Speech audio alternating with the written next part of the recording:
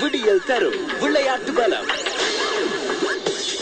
இந்த விடியல் தரும் விளையாட்டு வரத்தினூடாக உங்களை பல்வேறு விளையாட்டு செய்திகளோடு நாங்கள் சந்திக்கின்றோம். நேற்றைய தினம் மேற்கிந்திய தீவுகளின் டிரினிடாட் போர்ட் ஸ்பெயின் மைதானத்தில் இடம்பெற்று வருகின்ற டெஸ்ட் போட்டியின் 4வது நாள் ஆட்டம் முடிவுக்கு வருகின்ற வேளையில் ரசிகர்கள் மத்தியிலும் வீரர்கள் மத்தியிலும் ஒரு சலிப்புத்தன்மை இருப்பதை உணரக்கூடியதாக இருக்கின்றது. மழை அடிக்கடி பெய்வது, உடனடியாக மைதானம் மூடப்படுவது, அடுகளம் மூடப்படுவது, வீரர்கள் வெளியே செல்வது, மீண்டும் உள்ளே வருவது என்று மைதானத்தில் நேற்றைய தினம் இடம்பெற்ற போட்டியானது நின்று நடந்து கொண்டே இருந்தது இங்கே கவனிக்கக்கூடிய விஷயம். 4 நாட்கள் முடிவடைந்திருக்கின்றன. 2 அணிகளுமே ஆதிக்கம் செலுத்த முடியாத நிலை ஒன்று தோன்றியிருக்கிறது. மழையின் ஆதிக்கம் மட்டுமே அதிகமாக இங்கே இருக்கின்றது என்பது கவனிக்கக்கூடியது. இந்த போட்டியை பொறுத்தவரையில் நேற்றைய நாளில் வீசப்பட்ட பந்துகளின் எண்ணிக்கையை உங்களுக்கு சொல்லும் எவ்வளவு மோசமாக இந்த மழையினால் இந்த போட்டியானது பாதிக்கப்படுகின்றன சொல்லி. மொத்தமாக 30 ஓவர்களில் 4 பந்துகள் மாத்திரமே நேற்றைய நாளில் வீசப்பட்டன. இடையிடையே நிறைய இடைவேளைகள் இருந்தன.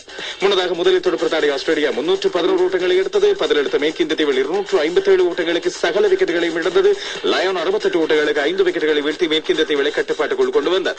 94 ஓட்டங்களை எடுத்திருந்தார் ஷிப்னரை சந்தபோல். ஆஸ்திரேலிய அணி 2ஆம் இன்னிங்ஸ் ஆரம்பித்த வேளையில் அவர்களது இன்னிங்ஸை இடைநிறுத்தி இல்லாவிட்டால் விக்கெட்டுகளை உடைத்து தள்ளியவர் கேமல் ரோச். அவர் பந்து வீச வந்து முதல் 4 பந்துகளிலேயே 2 விக்கெட்டுகளை வீழ்த்தி தள்ளியிருந்தார். ஒன்று டேவிட் வார்னர் ஆட்டமிழந்தார். அதைத் தொடர்ந்து ஷேன் வாட்சனின் ஆஃப் ஸ்டம்ப் எகிரியது. ஓட்டம் எதுவும் பெறாமல் வார்னர் 17 ஓட்டங்களோடு ஆட்டமிழந்தார். அதற்கு பிறகு போட்டி நிறைவுக்கு வருகின்ற நிலையில் கவான் ஆட்டமிழந்தார் 20 ஓட்டங்களோடு. மழை வந்து தடுக்க 73 ஓட்டங்களுக்கு 3 விக்கெட்டுகள் என்ற நிலையில் இப்பொழுது ஆஸ்திரேலியா இருக்கின்றது. 3 விக்கெட்டுகளை கேமல் ரோச் வீழ்த்தியிருக்கின்றனர்.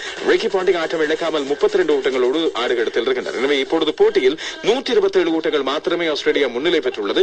7 விக்கெட்டுகள் கையில் இருக்கின்றன. ஆனால் இன்றைய நாள் போட்டியின் இறுதி நாள். எனவே முடிவு ஒன்றை பார்க்க முடியாமல் இருக்கு. நேற்றைய தினம் ஆடுகளத்தை பார்த்த முன்னாள் வீரர்கள் விமர்சகர்கள் சொல்கின்றார்கள் 240 என்ற இலக்கு கூட இங்கே வெற்றிக்கு வழிவகுக்கும் என்று சொல்லி. ஆனால் அந்த 240 ஓட்டங்களை ஆஸ்திரேலியா எத்தனை ஓவர்களில் பெறும்? அதற்கு மழை இடம் கொடுக்குமா என்பதுதான் முக்கியமான கேள்வி. ஐபிஎல் நேற்றைய தினம் ஒரே ஒரு போட்டி இடம்பெற்றது. பஞ்சாப் மொஹாலியில் இடம்பெற்ற இந்த போட்டியில் பஞ்சாப் கிங்ஸ் 11 நேற்றைய தினமும் தோற்றுக் கொண்டது. கொல்கத்தா நைட் ரைடர்ஸ் அணி கடந்த போட்டியில் தோற்ற போது கௌதம் கம்பீர் பேட்டியில் ஒரு விஷயத்தை சொல்லியிருந்தார். கொல்கத்தா நைட் ரைடர்ஸ் வீரர்கள் அத்தனை பேருக்கும் ஒரு சின்ன எச்சரிக்கையை கொடுக்க விரும்புகின்றேன். வெற்றிதான் இங்கே முக்கியமான நோக்கம். இதற்கு இடையே நடுவே துணை வராத எந்த ஒரு வீரரையும் வெளியே போடத்தான் தயங்க மாட்டேன். மாற்றங்கள் திடீரென்று மேற்கொள்ளப்படும் என்று சொல்லியிருந்தார். நேற்றைய தினம் அவ்வாறுதான் நடந்தது. கொல்கத்தா நைட் ரைடர்ஸ் ஆடுகளத்துக்கு பொருத்தமான ஆடுகள தன்மைகளுக்கு பொருத்தமான வீரர்களை தெரிவு செய்து கொண்டு களமிறங்கியது. பஞ்சாப் கிங்ஸ் அணியை 8 விக்கெட்டுகளால் தோற்கடித்தது. 21 பந்துகள் மீதம் இருக்க பஞ்சாபின் சொந்த இடத்தில். உண்மையில் பூச்சிகள் அதிகமாக பறந்து தொல்லை கொடுத்த ஒரு போட்டியாக நேற்றைய தினம் போட்டி இருந்தது என்பது கவனிக்கக்கூடியது. ஆனால் இதுதான் பஞ்சாபின் தோல்விக்கு காரணம் என்று சொல்ல முடியாது. பஞ்சாப் கிங்ஸ் 11 நேற்றைய தினம் 124 ஓட்டங்களை எடுத்தது. 7 விக்கெட்டுகளை இழந்து கிங்ஸ் 11 பஞ்சாப் நேற்றைய தினம் பச்சை நிற ஹெல்மெட் தலைக்கவசங்களை அணிந்து கொண்டு ஆடியது. இதற்கான காரணம் கேட்கப்பட்ட போது அவர்கள் சொன்ன விஷயம், அவர்களது அனுசரணையாளர்கள் பொதுவாக புவி வெப்பமடைதலை தடுக்கும் முகமாக, குறிப்பாக புவியில் நாங்கள் சக்தி பயன்பாடுகளை குறைத்துக் கொள்ள வேண்டும் என்ற அடிப்படையில் அதற்கு விழிப்புணர்ச்சி ஏற்படுத்தும் வகையில் பச்சை நிற ஹெல்மெட் தலைக்கவசங்களை அணிகின்ற ஒரு திட்டத்தை கொண்டு வந்திருக்கின்றது என்று சொல்லப்பட்டது. ராஜஸ்தான் ராயல்ஸ் அணி இப்பொழுது புள்ளிகளின் பட்டியலில் முதலாம் இடம். 6 போட்டிகளில் 4 வந்து 8 புள்ளிகளோடு முதலாம் இடத்தில் இருக்கிறது. Delhi Daredevils, Kolkata night Riders, Pune warriors மற்றும் மும்பை இந்தியன்ஸ் ஆகிய அணிகள் இப்பொழுது அடுத்த இடங்களை பிடித்திருக்கின்றன. தலா 3 வெற்றிகள் 6 புள்ளிகளோடு. பார்க்கலாம் இன்றைய போட்டிகள் ஏதாவது மாற்றங்களை கொண்டு வருமா இங்கே என்று சொல்லி. இன்னும் ஒரு செய்தி வந்திருக்கின்றது. இது இங்கிலாந்திலிருந்து. இங்கிலாந்தின் மிகச்சிறந்த வீரராக வழங்கப்பட்ட வாக்குகளின் அடிப்படையில் தெரிவாகி இருக்கின்றார் பிரையன் ஸ்வான். இந்த பருவ காலத்தின் மிகச்சிறந்த வீரராக அவர் தெரிவு செய்யப்படுகிறார். குறிப்பாக இலங்கைக்கு எதிராக அவர் இறுதி டெஸ்ட் போட்டியில் வீழ்த்திய 10 விக்கெட்டுகள் அவரை உயர்த்தி இருக்கின்றன என்பது முக்கியமானது. கெவின் பீட்டர்சனை முந்தி இருக்கின்றார் வாக்குகளின் புள்ளி நிலவரங்களின் அடிப்படையில் என்பது முக்கியமானது. எனவே வாழ்த்துக்களை நாங்கள் பிரையன் ஸ்வானுக்கு சொல்லிக் கொள்ளலாம். பங்களாதேஷ் ஆனது இப்பொழுது ஜிம்பாப்வேக்கு மேற்கொள்ள இருந்த தொடரானது சரியான முறையில் நாட்கள் குறிப்பிடப்படாமல் தள்ளி வைக்கப்படுகின்றது. காரணம் ஆடுகளங்கள் அங்கே தயாராகவில்லை என்பதும், அதுபோல பங்களாதேஷ் அக்டோபரில் தாங்கள் செல்ல இருப்பதன் பயணத்தை தள்ளி போடுவதாக இப்பொழுது சொல்லியிருக்கிறார்கள்.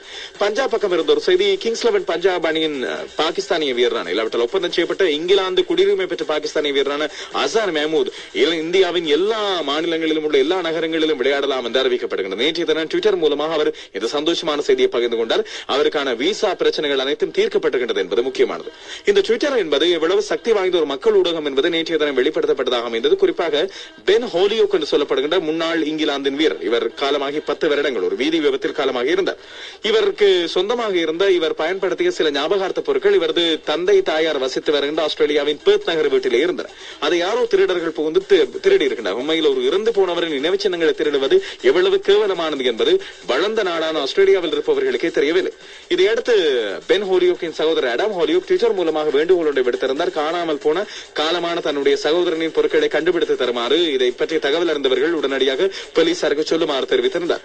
இதையடுத்து இந்த தகவல்கள் பகிரப்பட்டதை அடுத்து ஒரு சில மணித்தியாலங்களில் ஒரு சில பொருட்களாவது மீட்கப்பட்டுள்ளன. இதற்கான நன்றிகளை அடம் ஹோலியோக் தெரிவித்திருக்கின்றனர். இன்னும் சில பொருட்கள் மீட்கப்படுவதற்கும் இந்த ட்விட்டர் மூலமாக இணைந்திருக்கின்ற மக்கள் ரசிகர்கள் உதவ வேண்டும் என்று சொல்லி அவரது வேண்டுகோள் இங்கே முன்வைத்திருக்கின்றனர்.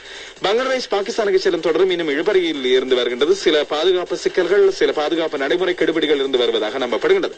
கில்கிறிஸ்ட் 8-6 ஓட்டங்களை பெற்று ஒரு வெற்றி ஒன்றை பெற்றுக் கொடுத்தது உங்களுக்கு ஞாபகம் இருக்கலாம். குறிப்பாக புனே அணிக்கு எதிராக இடம்பெற்ற போட்டியில் பெங்களூரில் அந்த போட்டியில் அவர் அடித்த 6 ஓட்டம் ஒன்று ஒரு சிறுமியை தாக்கி அந்த சிறுமியின் மூக்கு எலும்பை உடைத்திருந்தது. அண்மையில் 11 வயதான டியா பாட்டியா என்ற சிறுமி உடனடியாக கிறிஸ் கெயில் தனது மன்னிப்பை கோரியிருந்தார். அந்த சிறுமியை சென்று நேரடியாக வைத்தியசாலையில் பார்த்திருந்தார். அந்த சிறுமி சிரித்துக் கொண்டே தனக்கு ஒரு முத்தம் தந்ததாக அவர் சொல்லியிருந்தார். உடனடியாக அந்த சிறுமி சொல்கின்ற விஷயம், கிறிஸ் கெயில் அவ்வாறு 6 ஓட்டங்கள் அடிப்பார் என்று சொன்னால் எத்தனை அடிகளையும் வாங்கிக் கொள்ள தான் தயார் என்று சொல்லி அவர் சொல்லியிருப்பது இங்கே உருக வைக்கின்ற ஒரு விஷயமாக இருக்கிறது. கிறிஸ் கெயில் தனது ரசிகர்கள் சார்பாக அந்த சிறுமிக்கான பிரார்த்தனைகளை மேற்கொள்ளுமாறு வேண்டுகோள் விடுத்திருக்கின்றனர் என்பது முக்கியமானது. லண்டன் ஒலிம்பிக் போட்டிகள் இடம்பெறுவதற்கு 100 நாட்கள் இருக்கின்றன. இதற்கான சிறப்பு கொண்டாட்டங்களை லண்டனில் ஒலிம்பிக் குழு இப்பொழுது மேற்கொண்டு வருவதும் லண்டன் நகர மேயர் தலைமையில் இந்த ஏற்பாடுகள் செய்யப்பட்டு வருவதும் இங்கே முக்கியமானதாக இருக்கின்றது.